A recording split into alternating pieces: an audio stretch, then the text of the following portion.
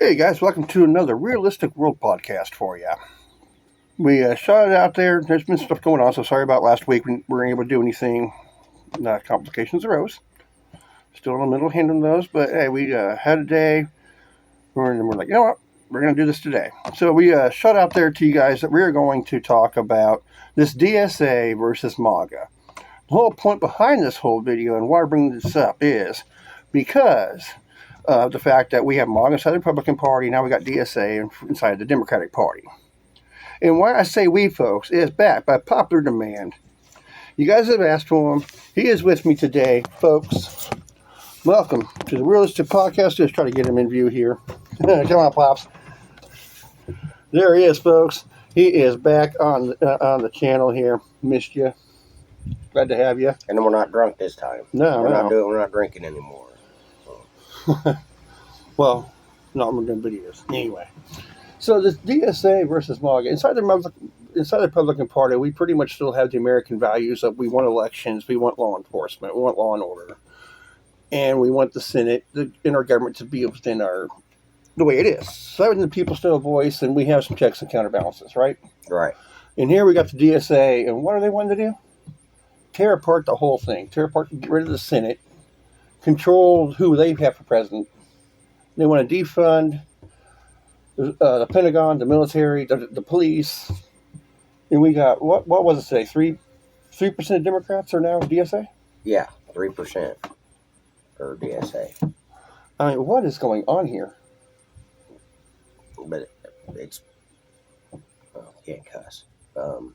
Just screwed up. It's all just screwed up. And they say they're listening to the American people, but they don't. Right. Wasn't there a thing, too, that once Trump got in office, it's a bad thing. We have to defend democracy. Yeah. Wasn't that the slogan? And here we got the Democratic Party now joining the DSA, which is totally not going for democracy. Which, by the way, I hate that word because we were actually a republic, constitutional republic, correct? Yep. So the only democracy we have really is that we get a vote. But they want you to vote, but then they don't want you to vote because they want to control that. They want, because, that's not who we wanted in there. And then when they get in there, they want to try to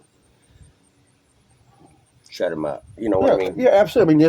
I do believe that's part of the DSA's thing right there is, let's control one. We get to pick the presidency. If we get rid of the Senate, well, then no one gets to vote. No one has a choice. And, let's also defund the military and along with the Homeland Security, which also means ICE too.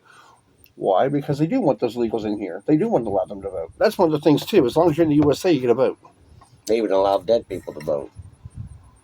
That's been going on for a few years, but oh yeah. I think on my tombstone I put on that still vote Republican. But yeah, when Biden was running or whatever, but when they investigated it, but they didn't like the results, Schumer, they found out that they had dead people voting for Biden. And, yeah. And then. But let's also look at you can't.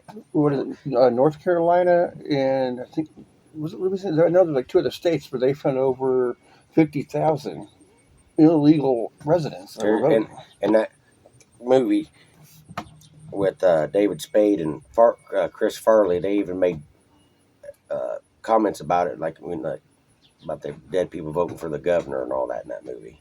His brother was running for governor, Tommy Boy or whatever it was. Was it Tommy Boy? But no, it wasn't Tommy Boy. It was yeah, that's it. But they made a joke out of it, Mm-hmm. But it was the truth though. But they had to make it, The Democratic Party needs someone strong, and I hate to say this, but Pops was showing me a video earlier today with Hunter. And Hunter still looks like he's sticking to the American values, but he's totally against what Democrats are doing at the same time. And he comes out strong, comes out as a fighter. And I was telling Brady, I hate to say this, but I do like Hunter at this point.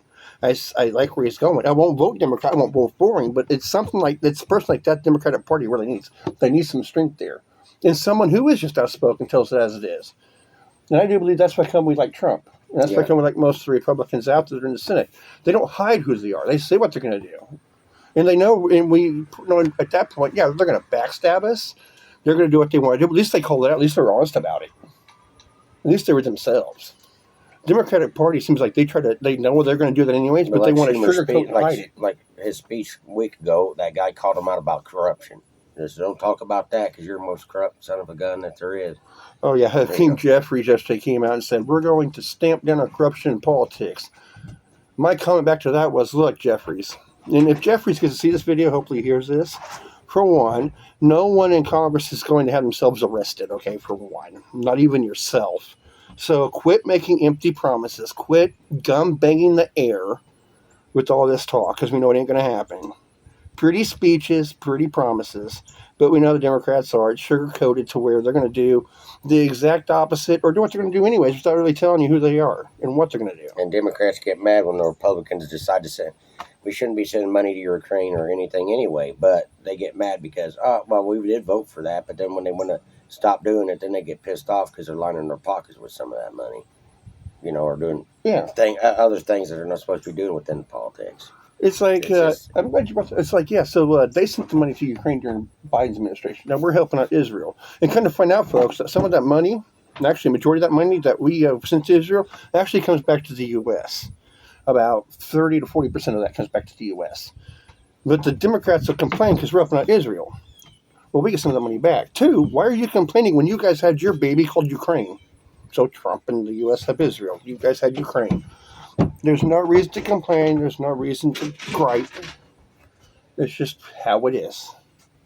And I, for one, do back Israel.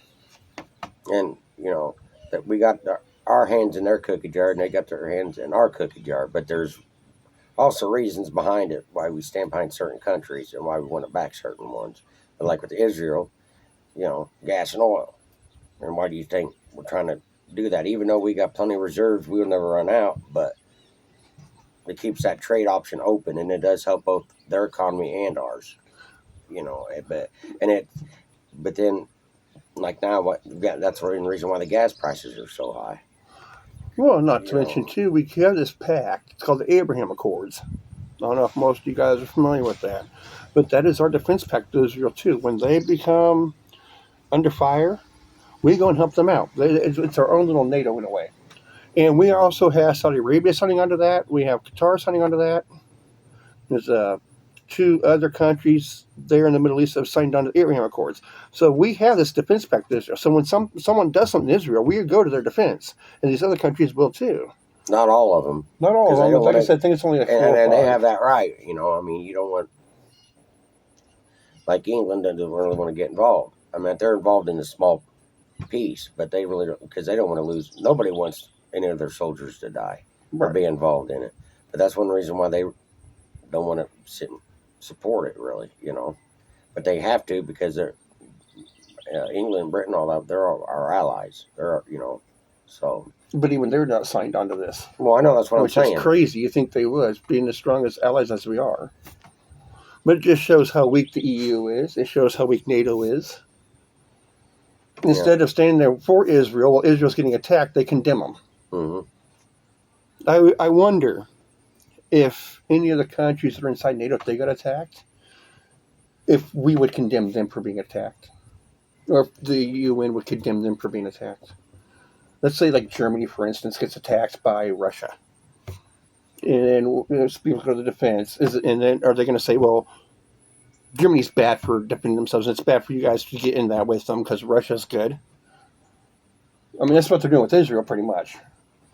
But you hear about the U.S. and China more than you do the U.S. and Germany. Germany is smartened up. No, just using that as an example. Well, I know, but I'm just saying what you don't see us fighting with Germany or nothing or step or whatever, But another thing is just that we shouldn't be involved like with all the Israel and Pakistan, all them, Pakistan and Kuwait and Qatar and all. They've been killing each other and fighting for years. That's one thing that we don't need to be involved in.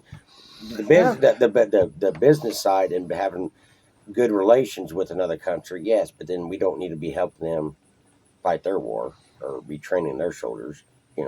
We did that. Look at September 11th, 2001. 9/11, yeah. So look at that. What happened? And I like how you said they've been bombing each other for years. And this is really cool. So let's have a president that'll do this. I still remember this when Trump came out and goes, these guys have been bombing each other for years.